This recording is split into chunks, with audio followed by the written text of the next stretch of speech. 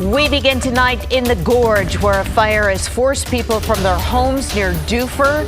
From Sky 8, you can see the scope of this brand new wildfire. It has burned about 1,000 acres already, just the latest in a nasty string of wildfires in the gorge, specifically in the Dufur area. We want to get right to our team coverage for you, starting with Pat Doris. He's live near Dufur, where this fire is threatening homes. Some we've seen already burned. Pat, you've seen this fire up close, and you had some tense moments yourself. Right. Well, it is really a monster. We just wanted to show you that the smoke is really just covering the entire southern sky out here, and it is burning hot and it is burning big. Our tense moments were when we went up onto a plateau to get a better vantage point, and we were invited up there by a rancher, and we definitely did get closer to the flames, a little too close for my comfort, and so we were able to get back down there as the flames started to get close to the plateau, but never really were we in significant danger. But it was very dicey, and it just is so heartbreaking for the people around here that are out in front of this fire still and in danger of having their homes lost. And there are crops that are being burned every second.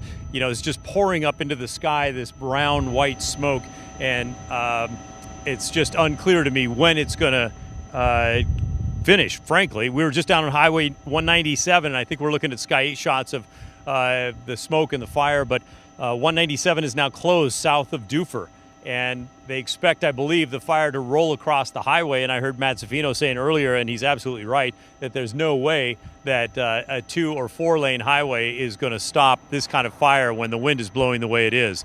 So it's a very dark, ugly sky out here in front of the fire and beside the fire, and it'll be, I think, a tense night for a lot of folks. We have seen at least 2 or 3 helicopters here and maybe 3 airplanes, probably more, that I have not been able to see. We've also seen a lot of farmers driving around with their flatbed trucks and the water containers on the back as they try and get out onto the front lines themselves. But this is just one more monster in a very dry, nasty fire season. Guys, back to you. We understand, though, with those evacuations in order, it's not just people. I mean, they have to get their livestock out of there. There's so much to do, and that fire seems to be moving so quickly, starting at about 1:30 this afternoon. Right, and the sheriff's office, credit to them, they've been kind of on top of it with their Facebook page. A lot of people out here communicate very rapidly with the Facebook, and he's been issuing, or someone in his office has been issuing evacuation notices so that people are on, standby and then get ready and go. But I think folks that I've been talking to in this area, they realize that this is a dangerous time, and so a lot of people are sort of semi-packed up and ready to go just in case. They hope they don't have to, but you're right, Tracy. I mean, people have goats and chickens and horses and cows, and they do what they can to get them out of harm's way. But there's, I'm sure, a lot of work going on out in front of the fire right now that we've not been able to see. And that's one more reason why it's such a tough afternoon and evening in this very arid land here. We've been watching some video earlier, Pat, of homes burning today and RVs burning. Here we see pictures of a structure burning. You've been out there for a couple of weeks, really just talking to the farmers out there. This is devastating for them. They're losing their homes now. Many have lost their crops. Well, it is, and they're a very hardy, tough group. I mean, you have to be to live out in this part of the country. They get, 2 to 3 feet of snow in the winter, and then in the summer, they don't expect a lot of rain. I think a farmer was telling me yesterday their average rainfall is about 12 inches. So you know that it's going to be kind of a hard scrabble life, and yet a lot of people really flourish out here. But they've had the crops destroyed. I talked with Paul Shano yesterday, who lost 1,100 acres. He figures that's worth about $500,000. Yes, it is insured, but now they're being told that, well, if it is determined that the fire was arson, maybe the insurance does not count anymore. And so farmers like him are trying to say, gosh, I was 5 miles from where the fire started. How could it be arson when the flames get to my house? So it's just one of many things. There's miles and miles of fences that have been destroyed. So you have to think about collecting the barbed wire and the nails and the posts, and then finding labor to go back out and put those up again. So there's already been a lot of destruction. And at the same time, the farmers are out racing right now at this very moment to help their neighbors, and will probably be out until midnight, maybe 1 o'clock. Yeah, and then back up at 4 or 5 in the morning to see what else is going on. So it's just been incredible here. I don't think people understand that farmers are often on the front lines fighting these fires, that they're the ones right in the middle of it, using their bulldozers or whatever they can find to try to cut a fire line. And Pat, we've been watching them drop that retardant and heard earlier that it's really an effort to sort of cool and contain that fire, not even hoping to put it out at this point. But you have seen the air crews at work.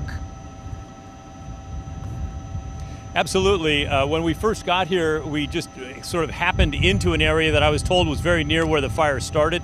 Some neighbors were telling me that neighbors of theirs apparently had something happen to a shed and it caught on fire. And helicopters were really attacking that spot right there. So, yes, there has been a relatively quick aerial bombardment. We were over at the Maryhill Fire, or Maryhill Art Museum, for the Milepost 90 fire, and got over here probably about 3 o'clock, and the aerial attack was in full swing about an hour and a half after the fire first was reported. But you're absolutely right, too, as far as those farmers going out. It's the craziest thing I've ever seen. They drive out in the flatbeds with these gallon, 25, 50-gallon water containers on the back, and they're spraying the front line of the fire. And when the first truck and driver get too hot, they roll to the back and the next person takes their place. And the amazing thing is that most of the time it works. But at the same time, it's incredibly dangerous. And these folks just do it sort of out of routine courage. So quite impressive to see. Well, the video we're looking at and the live pictures are just stunning. We stand by, Pat. We'll check back with you. We want to bring in Josiah Dean, who's at a hotel in Dufur. Josiah, thank you for joining us on the telephone here. How can you describe the situation there? Do you have a lot of people that are coming to the hotel there? What's the situation in Dufur itself? Actually, it's kind of eerily quiet here. Just business as usual at this point. Actually, I need to get some folks some wine as we speak. But there's a big wall of smoke to the south of us. But yeah, business here is just going on pretty much as normal. Sounds like everybody's got the understanding of how things are going. So Josiah, you don't even have that smoke problem. We understand that with the fire moving and the smoke, they're closing down part of 197 south of Dufur, but so far the winds have been favorable to you guys. That is correct, yep. Like I said, it's pretty ominous and a little frightening to see all the smoke, but it's staying well to the south of us here. So you're not under any evacuation orders there? Correct, yeah. The evacuation notices last I saw were to the south, down into Ty Valley. It sounds like it might be cresting Ty Ridge. Well, Josiah, we certainly hope it stays that way, so we'll let you pour that wine for your guests, and okay. We really appreciate you being with us. Thank you. We're going to check in with Matt Savino now. Matt, it is so dry, and the winds are so strong. You can just see in that video that the smoke is laying over. Absolutely, Tracy, and that's a good word for it. Every piece of video or live shot you look at, you can see how fast that smoke is moving. This is live from our camera in the Dalles. That's the smoke plume from what is now called the South Valley Fire, south of the Dalles and south of Dufur. Now look at the winds here. They're out of the west-northwest at 23 in the Dalles, but that direction is key. What happens is, as the wind comes through the gorge, and here's the gorge, of course, and then the walls of the gorge begin to lower, so the wind can actually spread out and come more from the northwest, which is why Dufur, while it's very windy, sustained winds are at 24 right now, the fire is down in here getting pushed more to the south and east, Ty Valley and north wind at 9. I had somebody on Twitter ask me, hey, how far away from the Pine Hollow Reservoir, which is that black dot right there, is the fire? And the fire is up in here, so probably not more than about 5 or 6 miles as the crow flies. You also mentioned, well, first of all, just how self-sufficient the ranchers and farmers are out there. They're not going to lay down and not do anything. They're going to work it. They're going to work it until they drop, basically, and get done what they can get done. So kudos to them, and I'm not surprised that they're out there on the front lines themselves protecting property as best they can. You mentioned the livestock. There's also a lot of wildlife out here. I've actually run along Dufur Gap Road and have had antelope running right beside me. There's a wildlife refuge out there. I think it's called the White River Wildlife. antelope can run fast, I'm sure they're fine. But a lot of considerations out here, the first and foremost of which obviously is protection of life and then property. So this is the current wind situation. The winds are very strong. Now, again, keep in mind the fire itself is right in here. I'm going to switch to a map that shows you the fire burn areas from the previous 2 fires. This area shaded here, that's the area that was burned by the substation fire. This is the area that was burned by the Long Hollow fire. Both of these mainly east of Highway 197, which is right here, a good stretch of which, as you guys mentioned, has now been closed by ODOT for very good reason. Well, the new fire, the South Valley fire, is over in here. So by the time that gets added to the map, we'll have 1, 2, 3, and then if you throw the milepost 90 fire in, which is out here, 4 fires in this general area just within the last week or 10 days or so. It's really quite remarkable what's happening over there, and obviously very, very sad. So again, the wind and the temperatures. Here's the fire weather forecast. It'll stay windy tonight. The winds will back off a bit after sunset, say about 9, 10 o'clock. By midnight, they won't end, but they will back off a bit. And then what happens is the winds will go into more of a drainage flow pattern where the overall wind dies off. Then the terrain takes over. And so the wind will funnel down canyon a bit. So that's when we may see some wind shifts, and the winds may actually go from south to north at that point. But then as we go into Thursday and Friday, it's going to get really windy again as we get cooler air coming into the west side. This is live once again from Sky 8. And Tracy, as you mentioned, that smoke just totally laying down, which, is problematic because it helps to fuel the flames. It keeps things hot, but it also makes visibility and breathability really difficult for those who are fighting those fires in the path of the flames and the smoke itself. So again, this is live from Sky 8 as the South Valley fire continues to burn, ladies. So, Matt, is it just sheer luck then that it hasn't gone into Dufur? I mean, we seem to have it almost surrounded with fire. Basically, yeah, that's one way to put it. This fire broke out to the southwest of Dufur, and because of the direction of the winds from the northwest, it blew the fire and the flames away from the town of Dufur itself. But you're right, it looks like the town of Dufur has just sort of been surrounded by smoke or by the fires, and hopefully we won't. What you don't want, if you're in Dufur, what you don't want to see is a fire start up here, because then it would burn directly down toward you. This current fire is here, and the northwest winds, as you can see, pushing it down in this direction. So Ty Valley, I'm sure they're very nervous and on full alert in Ty Valley for that reason. The other 2 fires were on the east side of Highway 197, which is that line there, and they all burned down in this direction. So you can see the point at which the substation fire started, spread out, and then down this way. Long Hollow fire similar, started up here and then spread down into that direction. So yeah, you could say it's luck that Dufur has not had fires on its doorstep. It's just a question of where they start. Now, if they're lightning strike fires, there's absolutely nothing you can do about that because lightning strikes where it strikes. With human-caused fires, it's even, I guess it's luck that it didn't happen near Dufur itself. But again, very windy tomorrow and Friday, so no relief in the weather, and there's no rain in sight either. We will have a cool down here on the west side, but as far as the gorge goes, look at the temperatures here. It's 84 at Wammock Mill. That's fairly close to Ty Valley and Pine Hollow Reservoir. 93 in the Dalles, and mid to upper 80s as you go into the Hood River Valley. So temperatures will back off a little bit there the next couple of days, but really, as the temperatures decrease on the west side, the winds increase on the east side.